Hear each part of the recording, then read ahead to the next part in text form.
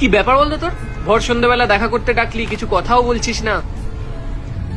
তোর চাকরির কোনো ব্যবস্থা হলো? আরে ওই জন্যই তো ঘরে বসে পড়ছিলাম, তুই ডেকে নিলি হুট করে। কালকে দুটো ইন্টারভিউ আছে, হয়ে যাবে ঠিক। আর না হলে? না হলে আবার ইন্টারভিউ দেবো।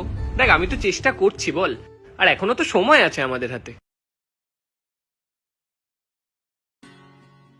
নাকি নেই? বাড়ি থেকে বিয়ে ঠিক করেছে। আমি আর পাচ্ছিলাম না, জানিস তো, বাবা মার এই রোজ সম্বন্ধ আনার কম্পিটিশনে আমি আমি হেরে গেলাম, তাই তো?